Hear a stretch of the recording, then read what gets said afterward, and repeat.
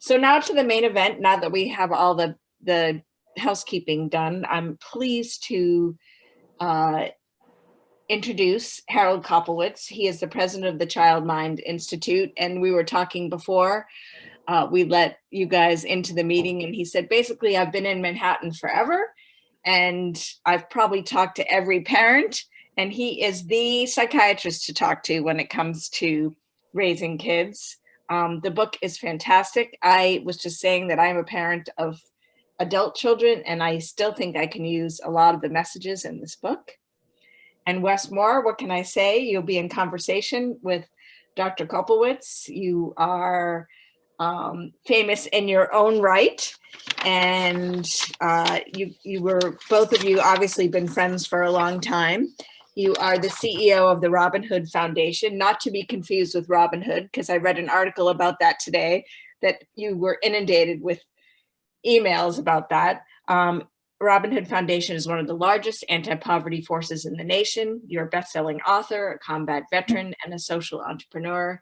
And I must say, when I went on your page today and you were talking about yourself, you said father, husband, you used those terms first, which I thought was pretty terrific. So without further ado, we welcome both of you, and I'm going to hand it over to both of you to start conversing about the scaffold effect.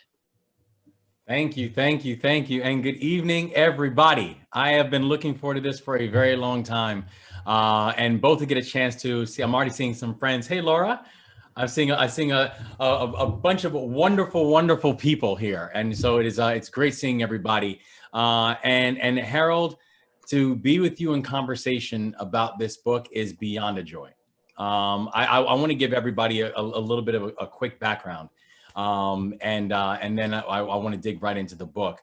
But when I became the CEO of Robin Hood, one of the first places that we went to visit was the Child Mind Institute.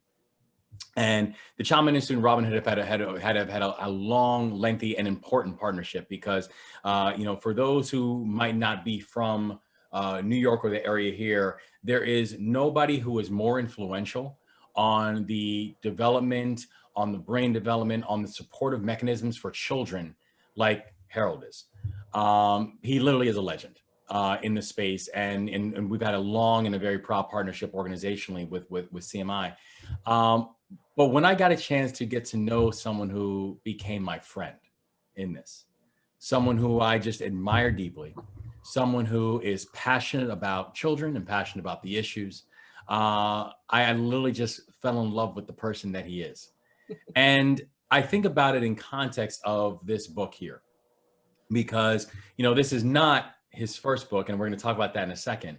However, when we think about where we are right now as a society, when we think about the challenges that our children are dealing with, when we're thinking about the fact that we are going to have, we already had types of schisms and separation and disparities when it came to our children prior to COVID-19.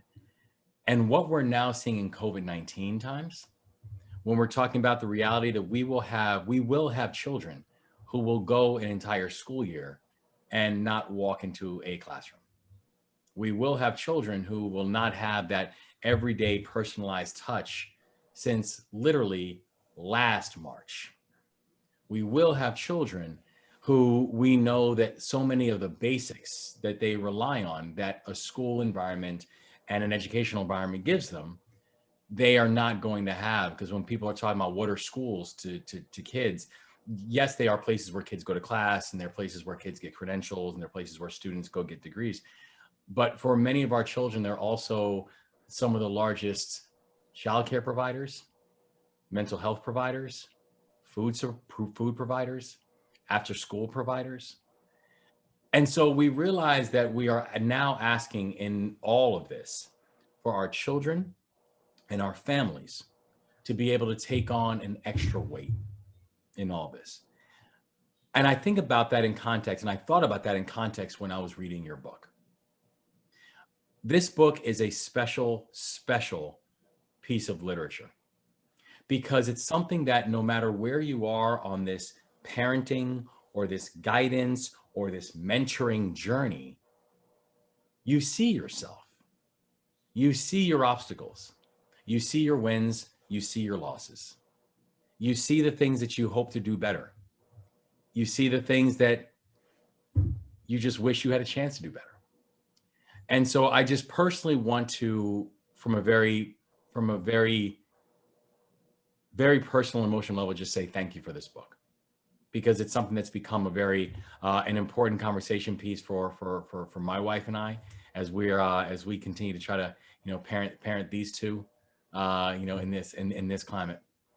But also just something that it's one of these things where it helps to pick up on lessons that you didn't even know were there to pick up on in a very interesting and powerful way.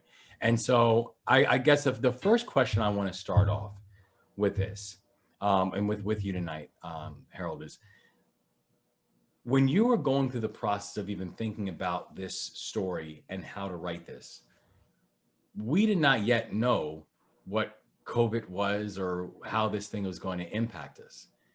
How did you then think about the frame of the book and pulling all the information together? And literally while you were then writing and finishing up, the world is then changing under our feet. What was your process in both the origin story and then the story that you wanted to tell, and how did that evolve during these times? So first, thank you, Wes. You are an incredibly generous friend, and it's a mutual admiration society. It's a real bromance. So I'm very upset that you've announced that you're going to move on from Robin Hood, because at least a few days a week you were in New York City, and Baltimore is not that far away, but it seems like a different planet. So I really appreciate your how gracious you are and your love. I really do appreciate your friendship. One of the things that you do when you're a child psychiatrist is that you listen to stories and you listen to parents. If a parent tells you something, your ears get very special, especially moms, when they tell you they're worried about their child or there's some concern. And there was a theme that was running through the last decade that every clinician at the Child Mind Institute kept talking about, that parents were worried. They were doing too much, they were doing too little, but the real concern was, what's going to happen when I'm not here? Will my child be able to stand up? Will my child be able to be independent? Will my child be able to live a full life without me managing their life or without me controlling certain things? And it didn't make a difference whether they were poor or rich or whether they were black, white, or brown. That theme, and it has a lot to do, by the way, with our DNA. I think that our DNA is to protect our kids and to almost fix things, by the way, and rescue them. And that's not good parenting. Good parenting is not about rescuing your kids. Good parenting is about giving your kids tools that they will need to thrive, and to pick which tool is necessary at what juncture. And so that's where it started. And it became really important that we kept thinking about the fact that to structure this, a scaffold was just a perfect metaphor. Do you know what I mean? Because you build a building, the scaffold doesn't tell you whether the building's going to be a skyscraper or a ranch or a mid-century. The scaffold changes depending on what the house is, right? And that's what a parent should do. I tell the story that, my son was a great science student, and I loved being a doctor. So of course I wanted him to be a doctor. And sometime in high school, he turned to me and said, I just want to tell you, I like science. I can't stand blood.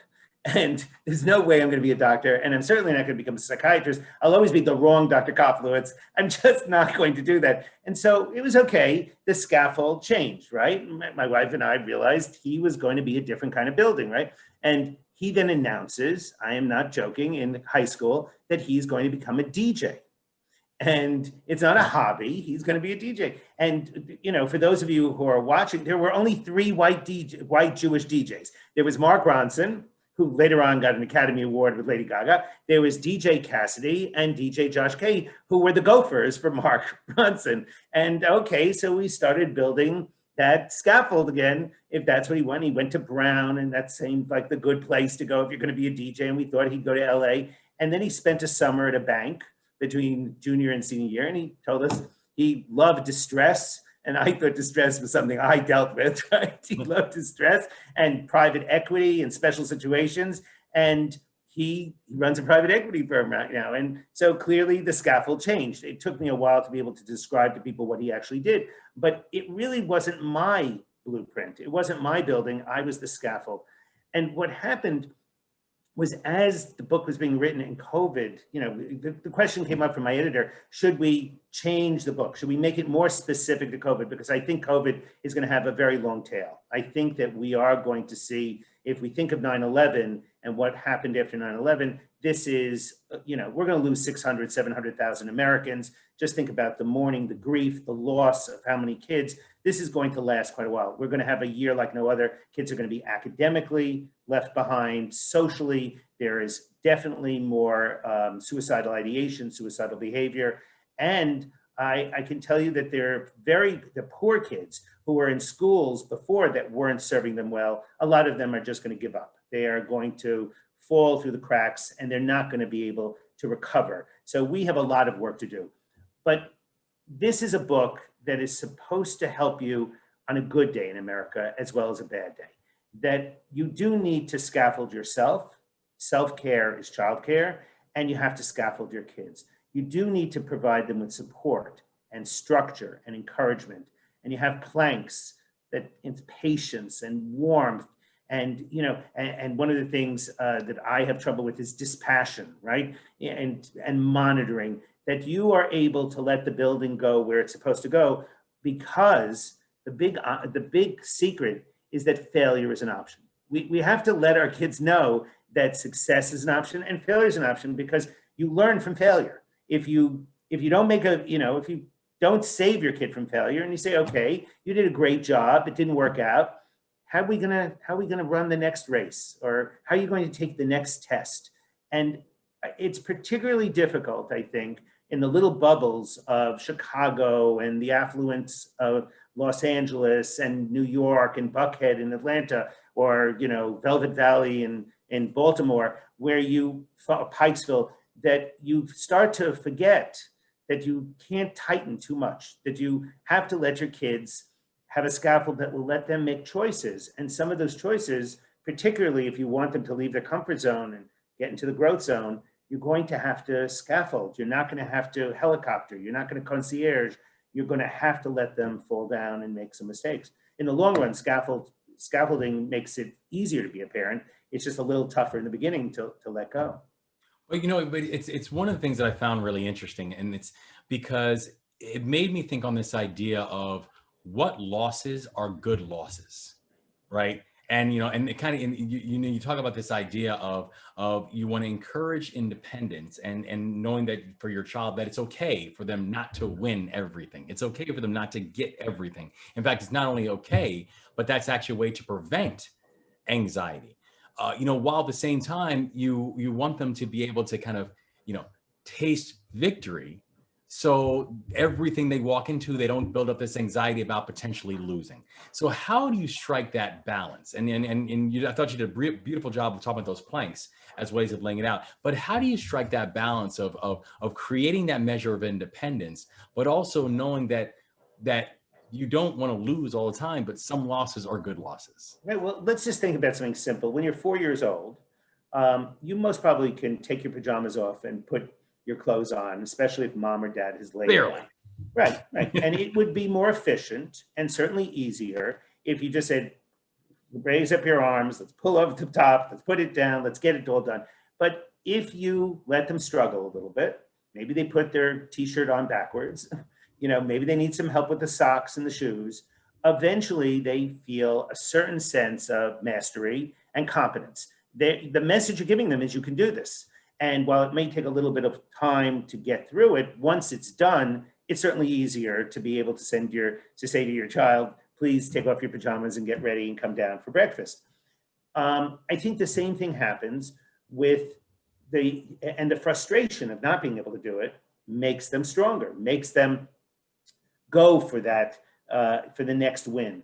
And I think it gets harder, by the way, when you get older. I think teenagers, and by the way, I think teenagers are having the biggest loss right now. I think that COVID is 10 times worse for high school students and college students than it is for us or for little kids. Little kids under the age of 5, trust me, no one's saying I miss daycare. They are just so happy to be with mom and dad. And for the kids who are between 5 and 12, yes, it's very challenging that, the distance learning, and especially if they're doing asynchronous learning, that they're just watching videos and they don't have a teacher talking to them.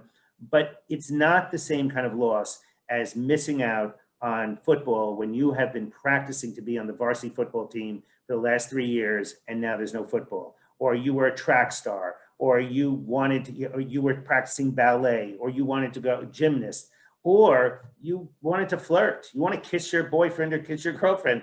And that's become more dangerous in some ways than even having intercourse, because there's, you need a mask and you can't kiss with a mask. I mean, these are real losses. And I think college, where you go to college on like Phoenix University here, it really is not the same as all of the fun and challenges that you have at college about being away. So let's talk about losses. I don't think that, I think sports is the best analogy, that all of my kids played soccer. And there were days where it was just unfair and they lost. You know what I mean? The other team was either better, or there was some bad luck, or there was a bad coach or a bad ref, but they lost. And if we spent the time blaming other people, they learned nothing. If the coach said, we're going to practice some more, we're having a double practice next Saturday, I have to tell you, they practiced harder because they wanted to win. That loss was a motivator. That loss made them try harder. And in some ways, the win was so much more rewarding than the win would have been if you're taking it again and again. And I think the same thing about if you're celebrating effort. The child who studies real hard and gets a C+ on a math test should be celebrated. Now, you can maybe talk to them about how you could help them and how a tutor might work, and so they could get a B. But the kid who just gets A's all the time, that's not much effort. That doesn't build resilience. That doesn't build security, because if anything, that child now is expected to get A's all the time. And when he or she doesn't get an A, that loss, that lack of an A, becomes devastating. And so I think that we overdo it when we protect our kids too many times. But when we think about, part of it is you're talking, first it is the ability to kind of know your child, right? Know your child's baseline, know exactly, what are the things that are stretches for your child versus what are the things that are not stretches for your child. Right. And when that loss comes, is it a loss because they gave it their all and just didn't make it? Or was it just like a complete lack of effort or a lack of energy and that type of thing? And so when you think about it, so when you break down the kind of the pillars that, that you've laid out, so, it's what structure, support, encouragement, right? Right. So if you think about it from that, and also part of it's like really knowing your child, how do you think about that in terms of, the weight that you put on right. those? So I would tell you that one of my kids was socially very reticent, which meant that when he came into a room, he backed up. And for someone who's an extrovert, I thought that doesn't bode well for your future. There's so many wonderful people you can meet, and how do you make someone more comfortable? You're not going to make him socially an extrovert, but there are ways of doing it. In the same way that I actually think that playing sports for a boy is particularly rewarding. It helps you make friends. And so doing Little League and practicing hitting a tennis ball and a soccer ball and learning how to swim will make For a boy specifically, though? Well, I think it works for girls now too, but for a boy who doesn't do it, it's a lot worse than for a girl who doesn't do it. Boys there's an expectation. You're not on the team. You're not hanging out with your friends. And girls have an opportunity to do other things. First of all, they're better talkers. They can do more, they do academics much faster than boys do, but a boy who doesn't do that. So clearly I wanted to make sure they had all those tools in the toolbox. Well, my oldest son, we practice shaking hands. Now you have to do it in a fun way. Otherwise it's going to run away from you. It's a puzzle. You shake hands and you have to look the person in the eye long enough so you can tell afterwards what color their irises were. Okay. And we practice you questions because people love to talk about themselves. And if you don't know how to do small talk, you have to teach a kid how to do small talk. And it has to be done in a fun way. So the fun way for us was we would jog. So we jog once around the reservoir, no talking. Second time in reservoir, I couldn't talk. I was out of breath. He would chat a little bit. So we practiced this. And lo and behold, we're at a fundraiser, right, for Central Park. And Henry Stern is the commissioner of parks. And he comes in, he's a quirky guy, and he says hello. And I introduce him to my son. My son shakes hands with him. You see, good handshake, check. I said, this is Commissioner of Parks, Stern. And my son says, oh, that's interesting. What do you do as the Commissioner of Parks? And Henry says, oh, I make sure the pond is filled and the grass is green and the horses are fed. And Joshua says, that's a very interesting job. How do you get that job? And Henry says, where do you go to school? And Joshua told him where. And so he said, okay, go back to school tomorrow, figure out which one of your classmates is going to become mayor someday. Stay friendly with him. That's how you get the job. It went straight over Joshua's head, right over his head. It's time to say goodbye. He shakes hands with Henry. He gets so close to Henry, he was either going to make out with Henry or he was going to do an eye exam. And when Henry left, he said, brown. His eyes are brown. Now, it was almost a win, right? But if we didn't practice and if we didn't encourage him, right, and say, hey, that was really good. Those were two great you questions and what a great handshake. And the rule of thumb of 3 positive things before you say something negative, maybe next time just a little further back. I think you could tell that, how close do you have to be to tell if someone's eyes are green, blue, or brown? So that's the way he runs a firm now. He certainly knows how to talk, knows how to shake hands. And I think that while he's not he doesn't like big crowds, he still would rather be with 2 or 3 people versus 10. And you have another child who's just socially, he could become mayor. I have a child who could definitely, but he needed more help with, staying organized with classwork and with schoolwork. And if it didn't come easy, he didn't really want to do it. And so knowing your child is really kind of the first step, because you don't want to expect, there's a story in the book where a father gets really upset at his daughter for giving up soccer. And she wanted to become a singer. And the father said, trust me, she's never going to really make it sing. And I said, is she really going to become a professional soccer player? I mean, the building is changing. You have to scaffold around that building. And it's not a loss. Soccer's not a loss. She learned a lot from those skills, those practices, that teamwork. But now we have to move on. She's dictating what the building's going to look like. And that's the hard part, because we think we know better. And a lot of times it's above our pay grade or below our pay grade. You don't know better. You really have to let your kid, look, if my kid became a DJ, he could have won an Academy Award with Mark. So, you don't know, and we were ready for that, but you don't know where it's going. But you do know that if you grab too tight, the danger is they never leave the comfort zone. They never go to that growth zone. They never go to the place where they may embarrass themselves, where they may fail, where they may take a math course that's just too difficult, or they may they may have an awful accent in Spanish and still raise their hand to answer in Spanish class. Because if they don't do that, there's no way that they're ever going to learn more than what keeps them comfortable. And we know people who never leave the comfort zone. They're not the people who live the fullest life they could, because they live with anxiety. They live with tremendous anxiety. And as we were just talking about, the anxiety that COVID brings really necessitates us to scaffold more now than ever. Mm. I was thinking about that in context of, how we think about scaffolding, how we think about supports, how we think about the role that COVID and the changes that COVID are going to have, within our frame. You've worked with thousands of families in your career. You've worked with thousands. You've had thousands of clients and thousands of people who have relied on your supports. When you think about the book that you have written, I know so much of that comes from your experiences, from the thing, from the time that you've had with with the families that you have served for so long. How much do you think that actually the past 12 months, you can call it 18 months, has actually changed and altered the way you think about the scaffolding effect versus all the training and all the experience? Right.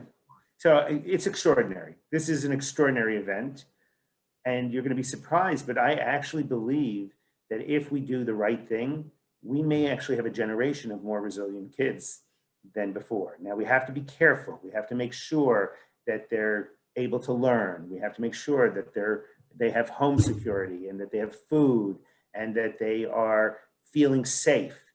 But just think of how much more they can get from life because they endured. They recognize that this was hard. They lost a year of school, or they couldn't see their friends, or they dealt with someone being sick and they got well. That's what resilience brings. You know, my kids make jokes all the time. They say, "Oh, Dad, you were built for COVID." I said, "Why?" He said, "Oh, your parents were Holocaust survivors." Well, in some ways, my parents just were so resilient. They thought tomorrow was going to be a better day. There was no evidence that tomorrow was going to be a better day. They believed that tomorrow would be a better day. And if you fell down, don't worry, there'll be another race tomorrow. And I think COVID can do that for us, but it really requires parents to, and we're talking about sheltering kids in the respect of that's what the scaffold is, to be able to once a week say, why am I grateful?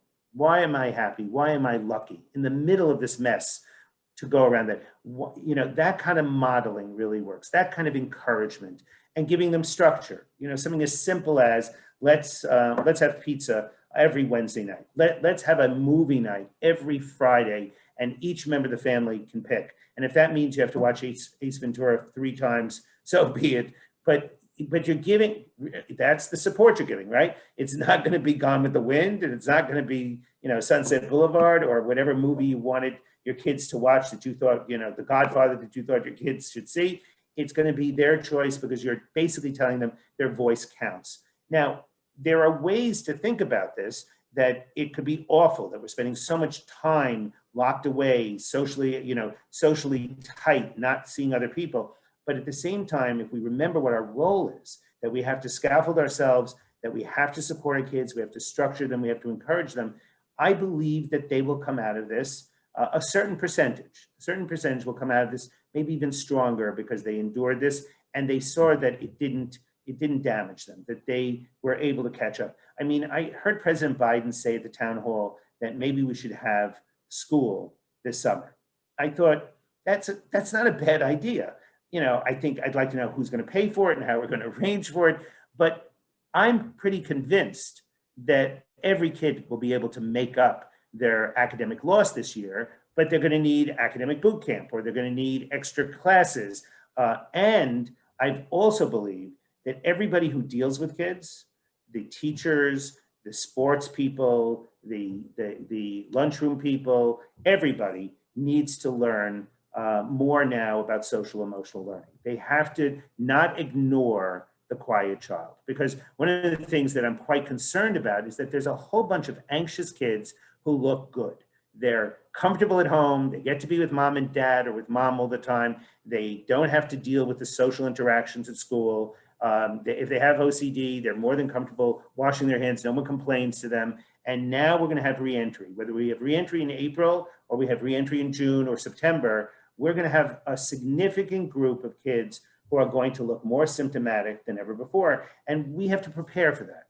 You know, that's where having schools that are better informed, that work together with the Childline Institute or with other organizations, that's scaffolding the kids. That's protecting them in the same way that we want all our kids to read by the time they're finished with 3rd grade. We scaffold the teachers, we give them the tools on how to teach kids how to read. I think we're going to have to do that. You know, we worked with the Fund for Public Education, and we developed digital wellness kits and webinars for 75,000 teachers, but we didn't mandate it. We just said it's a choice. Well, they're feeling so overwhelmed, they didn't do it. But I think if we could explain that these tools will actually make your life easier, because unfortunately, there's going to be a certain percentage, around 10, 11, 12% of the class, that's going to look worse now than they did a year ago. And that's really important.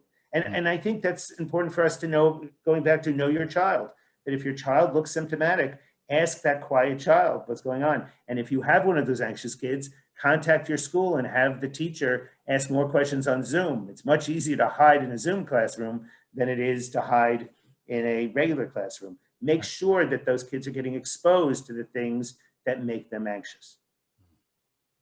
And I know and I promise everybody we're about to open it up to your questions. And by the way, if you have your questions, please submit them to the chat. Where Dr. Kopowitz is about to go into the questions and go into the chat to answer your questions. I did have a few more. I want to ask at least one of them because this was one I thought about, where you put together a list at the start of each chapter.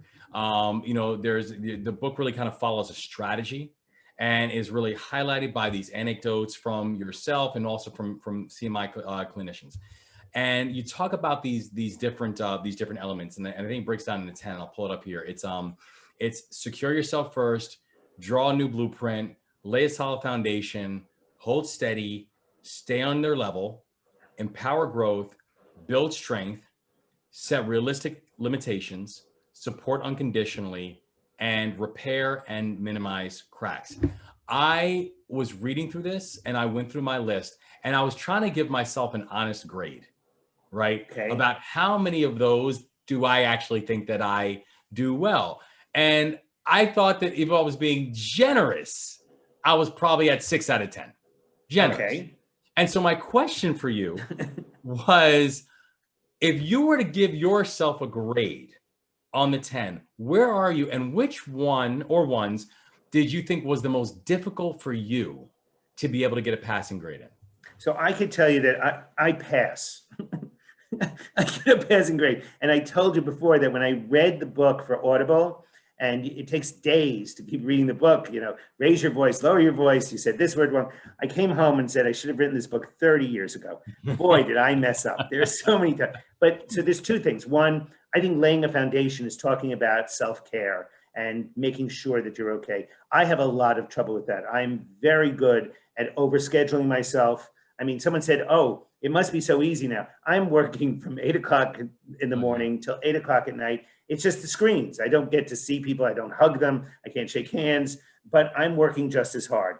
And I have to force myself to exercise because that's the first thing that goes. And not taking care of yourself, of making sure you're securing yourself, I think is really essential. But I think the most important message here that you didn't get is there are redos. There are replays and redos in parenting that you do not get in football or a tennis match or baseball. You can't say, oh, I messed up. Let's take that play all over again. You can do that. And in fact, I think it's a great modeling for parents to say, I made a mistake. I'd like to redo that. I think I was too harsh. I think there's a different kind of consequence. I'm sorry. I love when parents say, I'm sorry. That doesn't show weakness, that shows strength. And I think that that's the most important one. And the other thing is that, when I read, the other part is I put mistakes I made in the book, and so did other clinicians. There's a scene where my youngest son is 8th grade, and someone calls up and has such a tough time telling me that my son was either stoned or drunk at a party that Saturday night. And what do? I say, no, you must be mistaken. It can't be my son. And the guy says, Harold, this is so hard for me to do. I really care about your kids. And I listened to him and I thought, oh my God, he's right. And I then got embarrassed, right? I'm a child psychiatrist. People were talking about my kid. And then I thought, oh, maybe if I just beat him publicly, that will work. I was going, and then I realized we just have to sit down and talk. We're going to have the big talk. We're going to have to realize that even if he was stoned, he broke his word. But if he was drunk, where did he get the alcohol? What was that about? And the trust factor, the fact that we have rules and regulations in our house and he broke them, was really devastating. It was one of those moments where you thought to yourself, this may hurt me more than it hurts him, but we're going to have to give a real consequence. And we gave a consequence. He didn't die from the consequence, but for a whole month, he had to hang out with us. For a social kid, that was really painful. But I don't believe he ever got drunk again while he was still in high school. I'm sure he got drunk later, but and amazingly, part of it, he actually said, by the way, I just wanted you to know, Dad, I haven't touched marijuana. I promised you I wouldn't touch marijuana until I graduate, and I haven't. And as a matter of fact, I've even told my friends I made this deal, so they never passed me a joint. It really got us closer, but it was a terribly painful time where when I read about it, I think, I can't believe I said not my son. Can you imagine how hard it is for someone to say to you, I have bad news about your child and I want to share it, because the easiest thing to do is just to ignore it and not tell you about it. So, I got to redo it. I actually apologized to my friend and said, thank you, and I'm sorry I was so defensive. I think you get that. That's one of the, and I think if you're going to take home some messages, it's say 3 positive things to your kid, label praise, thanks for setting the table, thanks for cleaning up, thanks for telling me that wonderful story, before you say something critical. At least 3 things. It's also not bad for marriage. Say 3 things before you say something negative. And the other part is, be kind to yourself. In the middle of COVID, be forgiving to yourself. Let yourself have redos, let yourself have mistakes. Tell your kids you need a timeout, that you need to go for a run, or you need to go read something, or you have to call your mom or call a friend, whatever works to calm you down and to restore you and help you scaffold yourself.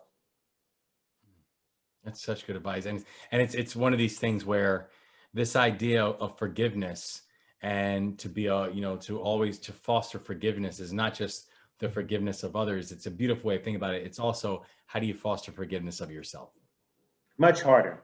I told you, that's the one that's hard for me. So that's beautiful. I feel, but Patty, I want to turn it over to you, because I know I'm already saying we got a bunch of questions that are coming in. So I'll turn it over to you for now. Okay. And we can go back and forth. It can be casual. I have a question from Amanda. I think this is a good one. For parents and guardians that have not laid the foundation and the children are now in adolescence, have you found that the scaffolding effect helps? What barriers have you encountered with this situation? I think the good news about this is that you can redraw this blueprint whenever you want. You can secure yourself, you can step back. There's no doubt that remember, support, structure, encouragement. So that means that you have to ignore insignificant off-task behavior. Your kid is eating with their mouth open. They burp. They leave their plates on the table. They leave their clothes on the floor. Actively ignore insignificant behavior and try to catch your child being good. Just think about that, catching your kid being good, because there's 2 things that we do that I think, again, are DNA related. One is we negatively track. We are so good at telling you what our child is doing wrong. Sit up straight, speak up louder, be more polite, whatever it is, constantly. If you track all behavior, you will find that you can catch your child being good. And your child, after 2 weeks, will change their behavior. They will give you more good behavior. They will think that a body snatcher took their parents and they don't know what happened to that, critical parent, but you can change it. The second thing we do, and everyone on the screen here does this, is confirmation bias. We know we are right. It's the reason why we only watch Fox or only watch MSNBC or watch CNN. And we do that with our kids. This is the good kid and this is the bad kid. This is the lazy child. And when you do that, 2 bad things happen. One, the good kid feels anxious that they will disappoint their parent. It's impossible to always be the good kid. And the bad kid has bad feelings. They feel that their self-esteem, they don't feel good about themselves. And so if you pull back and say, wait, I'm going to track all the behavior, it will take, again, at least 2 weeks before you start thinking to yourself, maybe he's not that lazy, or maybe she's not that good. And that's okay. That can change, especially for teenagers who, remember, have different brains than children and adults. They are freezing, they're boiling, they hate you, they love you. But if you can remember how different adolescence is, you can redo this. You can be a scaffold parent. I am telling you, there are times where I'm sitting with my 30-year-old sons and they're saying something to me, and I think I'm about to correct them, and I think, this is nonsense. Keep your mouth shut. You're going to lose gold because you are going to be petty about this, and it's not necessary. They're not going to be able to feel that I'm respecting them. So you can change that at any time. And I think, if you do scaffolding correct, they're going to scaffold themselves later on. When they're struggling with a paper in college, don't you hope that they'll go to the TA and ask for help, or go to the writer's workshop and try to get some help? Or they're feeling miserable and they reach out to the mental health service. That's taking, you want them to be eventually scaffold themselves and lay their own foundation. That's great. Here's one of your old patients from Tiffany. Hi, I'm not sure if you remember me. My maiden name is Tiffany Goose, and you saved my life many years ago. I am now the mom of a 16-year-old with lots of social anxiety. And any suggestions on how to help my kids socially? And there are a couple of other sort of COVID related, all sorts of social anxiety questions coming through. How do you help your kid with social anxiety? So one of the occupational hazards of being a child psychiatrist is that you actually do remember. I do remember, Tiffany. Thank you for. I have a story about that. I saw someone when they were 7, and 25 years later, they called up, and I was at NYU at the time, and they said they'd like to talk to me, and they said they can't find the chart, and I said, the chart's in storage, and I got on the phone and I spoke to the patient, and the patient said, everything in my life has fallen apart, the business, my marriage. I need to see a good psychiatrist. I said, tell me where you live and I will get you a good psychiatrist. He said, I live in New York and I want to see you. I said, well, I'm a child psychiatrist. He said, but you're my child psychiatrist. And I think that being a child psychiatrist, it's kind of amazing. The attachment the patients have for you and you have for them is really very different than the pediatrician or the dentist or the orthodontist. I mean, it's kind of wonderful. So social anxiety is pathological self-consciousness. The way we should think about that is that the next time we go to a cocktail party, God willing, and we're with a lot of people, and you think, oh my God, I'm not dressed the right way. I can't believe they're all lawyers. I hate lawyers, or I don't fit in. And you make a beeline for the bar.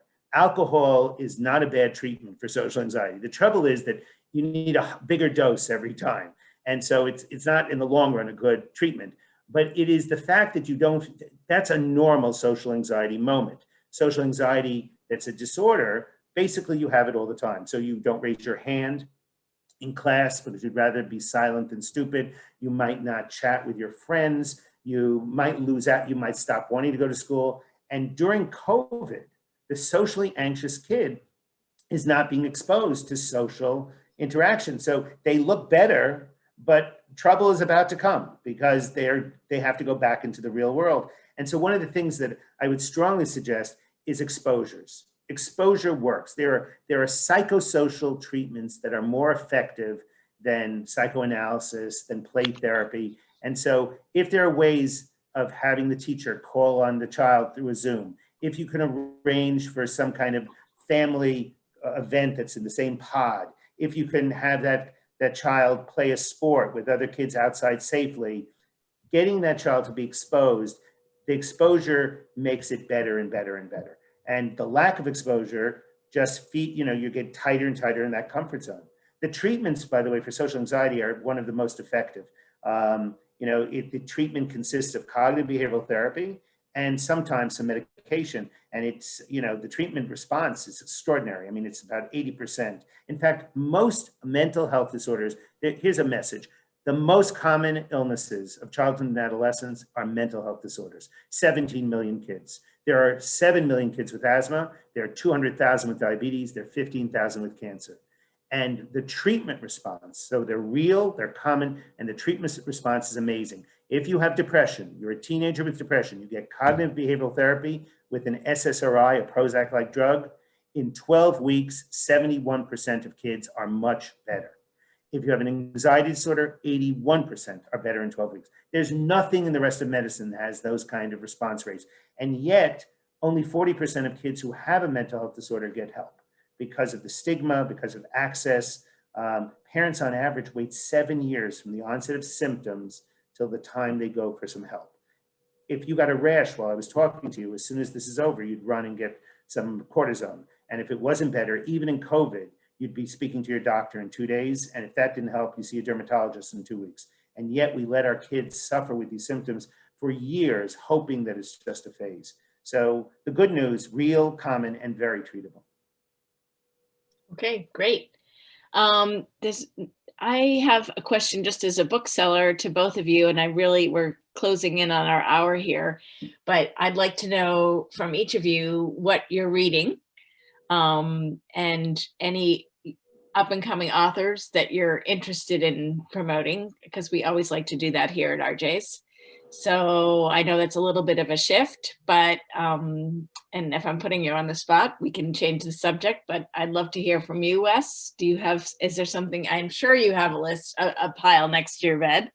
I do. I have a pile next to my bed. I got a pile right here. Actually, I'll tell you one that I'm about. I'll pull it up right here. That I'm about halfway through right now. Maybe I should actually a little over halfway. This one is by Dr. Henry Cloud, and it's called Necessary Endings. And someone actually recommended this book to me recently. A mentor of mine recommended it to me, and I can see why. First, as Dr. Kopowitz, mentioned just last week, I announced that in May, so not yet, but in May, I'll be stepping down as the CEO of Robinhood, and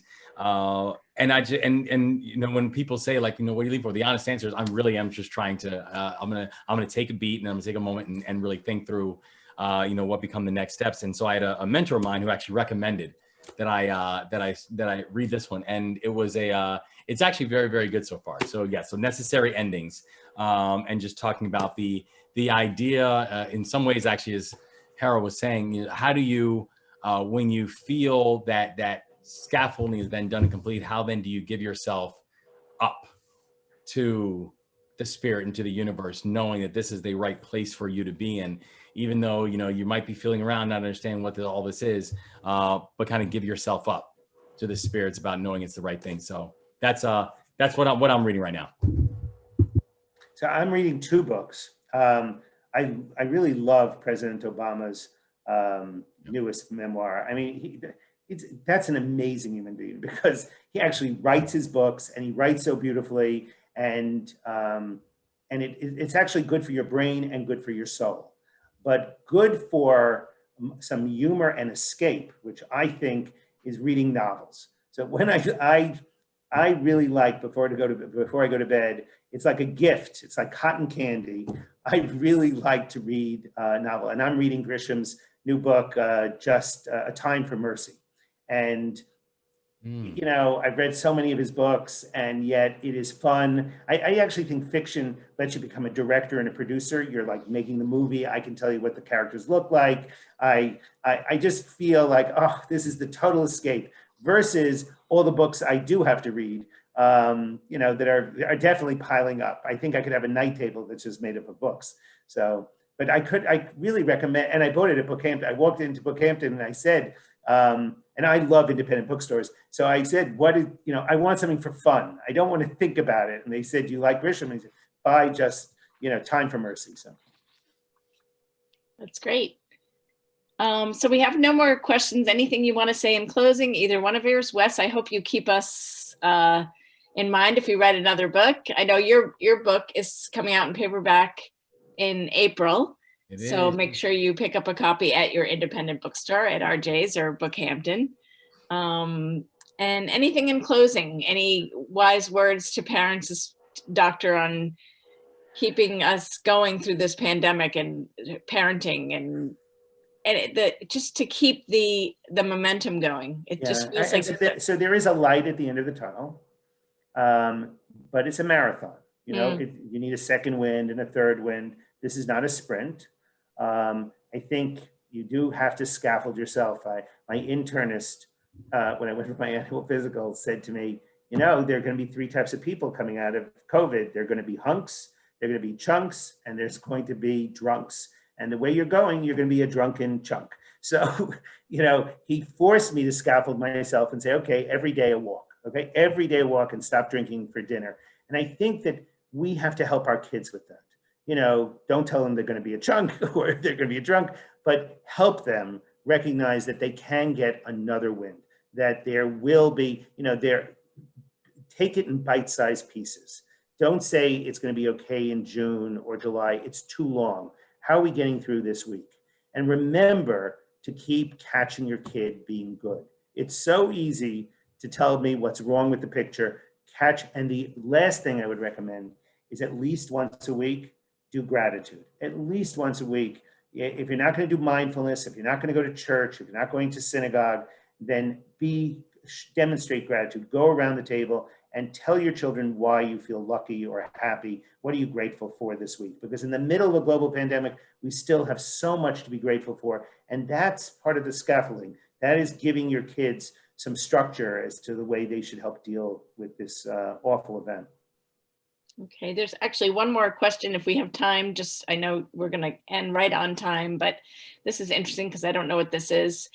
But a woman says, my daughter changed school because of COVID and she goes 5 days in person now. She gets very anxious about new experience and her doctor recommended corking. Can you spell that for me? This is what she writes, and CORKING. I No, don't know. What that is. Okay, all right. I mean, I hadn't heard of it. And by the way, a good example for your children to say, sorry, I don't know it, but I'll look it up. That's I promise I'll look it up. So. I want to thank you both. I want to make sure all our listeners go to our chat box and buy the book that we're talking about tonight. It is terrific. I don't know. I learned so much tonight, and it's like a little parenting Bible right next to your Keep It Close, and you can always refer to it. And I love that you said it's not a once. There's a do-over. It's never too late. Even as a parent myself of adult children, it's never too late. So thank you so much to both of you. Wes, good luck in your journey wherever it takes you. And it's been a pleasure having you. Thank you so much. Thank you. Thank you, Wes. Bye-bye. Congratulations, Harold. Thanks. Have a good night, everybody.